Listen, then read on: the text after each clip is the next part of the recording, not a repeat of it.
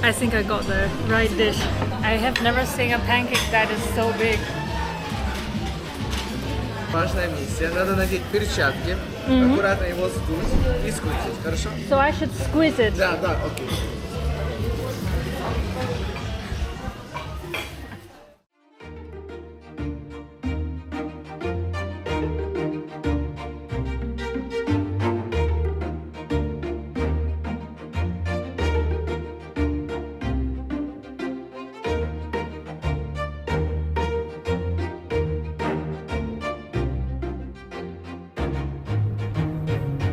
Now on my morning walk to this hilltop,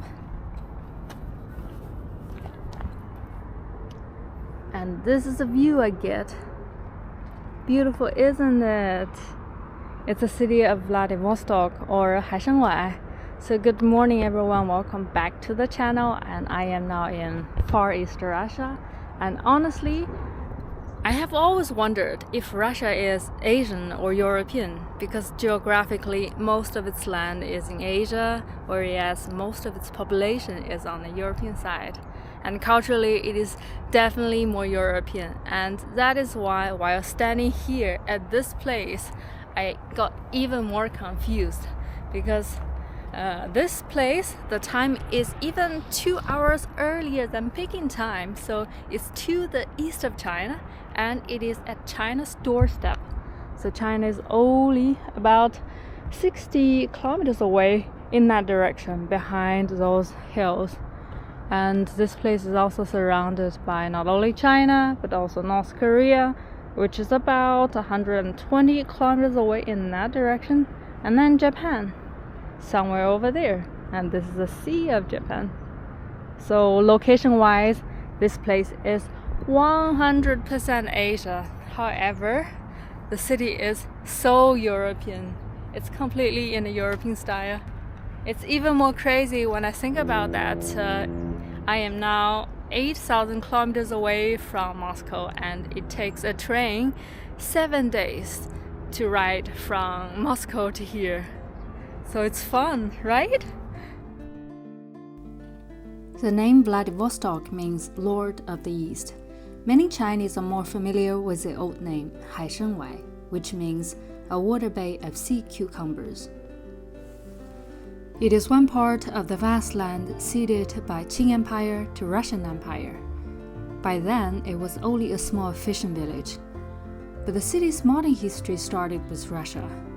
Now Vladivostok is Russia's main naval base and the strategic gateway to the Pacific. This is the living quarter. They just finished practicing yoga. This is the last вечер.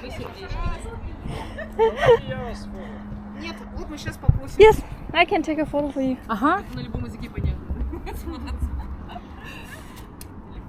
So I take this one and I take this one. Okay. Нас, пожалуйста, и так, и так. И 1, 2, 3. 1, 2, 3.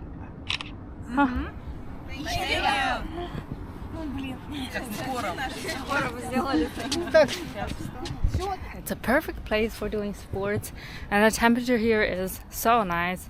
Not too cold, not too hot, and it's so sunny. Vladivostok is very hilly, so actually now I'm holding my camera quite horizontally, but you see that's a slope.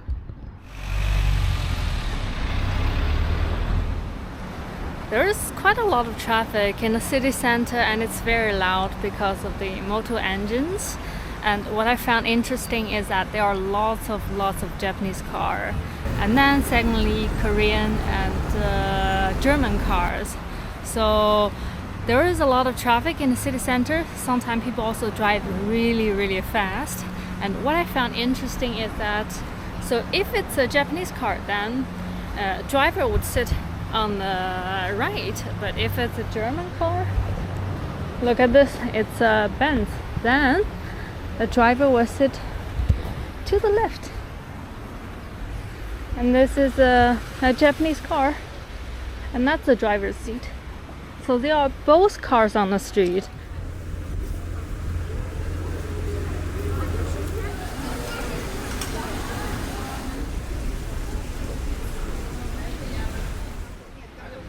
This region is called Milonka, and about 100 years ago it was the Chinese living quarter, but it's so hard for me to believe that now because look at those. For me it's simply a standard European city center with plenty of nice cafes, restaurants, bakeries. And for me it does even feel a little bit like somewhere in Berlin because there are graffitis everywhere, and behind those buildings, you know, behind this block, there are some places that looks pretty rusty and pretty run out.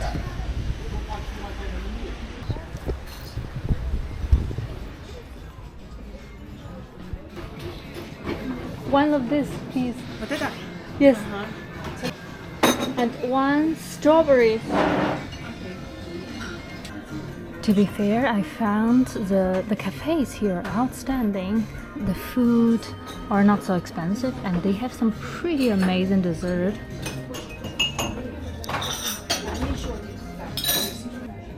It's salty.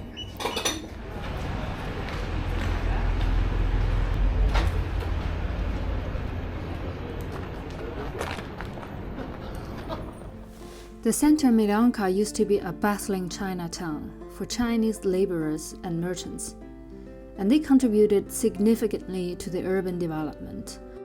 Until 1930s, the Soviet liquidated all foreigners and closed the city to foreigners for over 30 years. But today, Vladivostok is regaining its foreign population, developing strong trade partnerships with many countries and regions, such as Japan, Korea Peninsula, and China. Vladivostok is quite famous for its gourmet. Besides Russian food, there are lots of really outstanding Georgian restaurants, Japanese restaurant, Chinese restaurant, Korean restaurant, and very nice cafes and bakeries.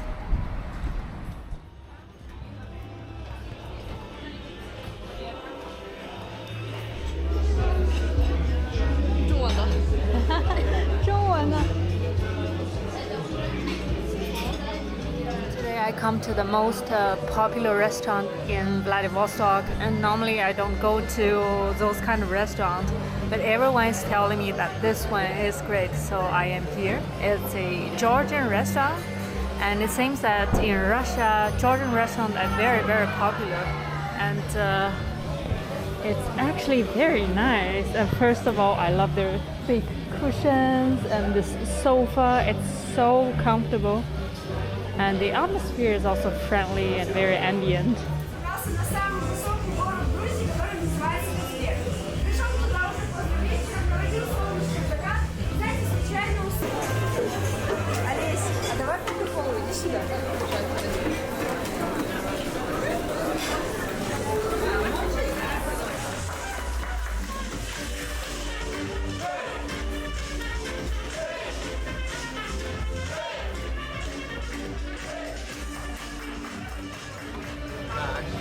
У вас будет очень важная миссия. Надо надеть перчатки, аккуратно его сдуть и сквозить, хорошо? So I should squeeze it. Да, да, окей. I think I got the right dish. I have never seen a pancake that is so big. In the beginning I was so shocked by its size, but then I deflate it and make it into a roll. So it's bread with very, very thin skins with meat inside. Спасибо. Пожалуйста. The waiters and waitresses here are also very, very friendly. So I got my second dish, which is, I don't know what's its name, but it's grilled chicken with potato and some pepper and onion. I love the buses. They all have station names on the very visible places outside the bus. People appear to be very camera friendly.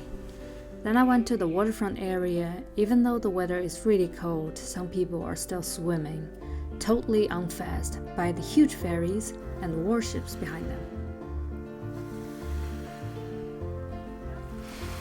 Russians saying don't smile much, but don't get fooled by that. When I ask for directions, they are very happy to help, despite the only few English words they speak. А ты хостел, где, Саня, где-то там, по-моему, хостел. Там, Here. там дальше должен хостел. Ah, Спасибо. 100 метров, 100 метров. I went back to my hostel and I flew my drone, and soon were surrounded by some excited kids.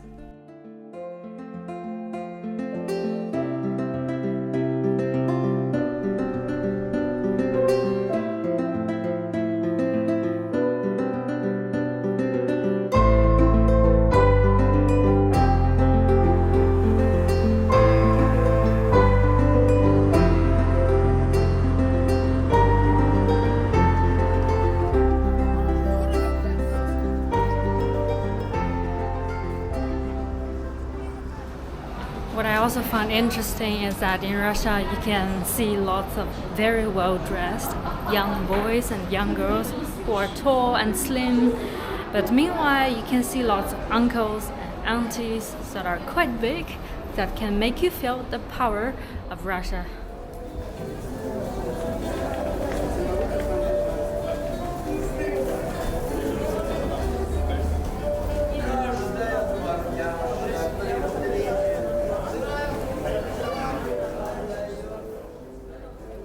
The next day was cloudy. I went to meet Slava for coffee.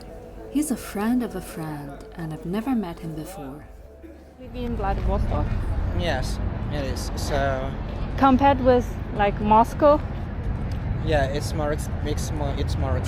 it's I more think. expensive? I mean, if you live in downtown Moscow, of course, it's kind of expensive too. Yeah. But Moscow is much bigger city than Yeah. Vladivostok. But prices, I mean, in terms of food Yeah. and grocery stores, like I mean, almost everything are higher. Really? Yeah. So it's some of the most. Is it the most expensive city in Russia? No, not in Russia, Uh-huh. but in this area for sure. Okay. Yes. Like in Far East Russia. Yes. But what's the most expensive city in Russia? I don't know. Like all the northern territories, like I mean maybe Yakutsk is also expensive city, so Wow. because it's I think kind of difficult to maintain to bring all the stuff over there. Okay. Like, Like I mean, transport, yes. it costs a lot. That's Yeah. why. But like on average, how much does like someone, for example, if a teacher, how much does a teacher earns monthly? A salary of a teacher? Salary is average.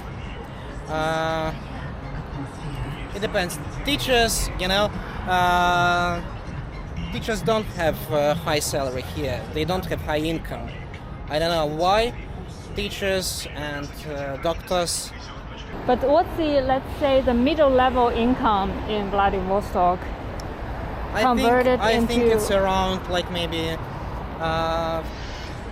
$1,000 $1,000. something like that. I think you can live kind of good life here if your income starts from $1,300 a month. Okay. Also, we have here subsidized, like I mean, low price airplane tickets to travel to Moscow. So that's supported by government. So we can travel direct flight from Vladivostok to Moscow and back just for like maybe less than $300. So that's not expensive. Not only to Moscow, to other cities too. So although the train is slow, most people would take the flight instead. Of course, I would never take train to go to Moscow. It takes like 6 days, Yeah. at least 6 or 7 days. What are those big boats? I don't know actually, but this one is a hospital. It's a hospital. Yes, it goes to like other regions as a hospital, In small places, like small towns, there are not so many doctors and hospitals, but people still live there, but they need to have a good medical care. Does it go to small places regularly, like every week, or? Not every week, like seasonal. Like, And for you as someone who's not from here, yeah. like what's the big difference between Vladivostok and Moscow and St. Petersburg? not so many cities around. So the closest big city to Vladivostok is 12 hours away from here by car. That's Khabarovsk. So, and not so many things around, I mean, in terms of cities, activities, like, you know, museums, theaters. So only in Vladivostok. But does it feel, do you feel sometimes isolated from the rest of Yes, sometimes yes. But I travel a lot also, so for me it's okay to travel 8 hours, like, I mean, by plane. Okay. It's okay, it's just, you know, you watch one movie and you sleep a little bit, you eat, and that's it. Okay. You're there. So for me it's okay. So do people here look different? Russian, do they look different from people from like Western Russian? I mean, as I think, they a little bit taller. Okay, taller. Yes, but lots of foreigners too. So Indians, they live there, so I can see them living here. What's the largest foreign population in Vladivostok? Those countries like Uzbekistan, Kazakhstan. Okay. So All the Central Asia countries. Yes. That's why I think I saw lots of Central Asia faces. There are lots of drivers who look like Central Asia. That's a common thing for Russia, not only for Vladivostok. Yeah.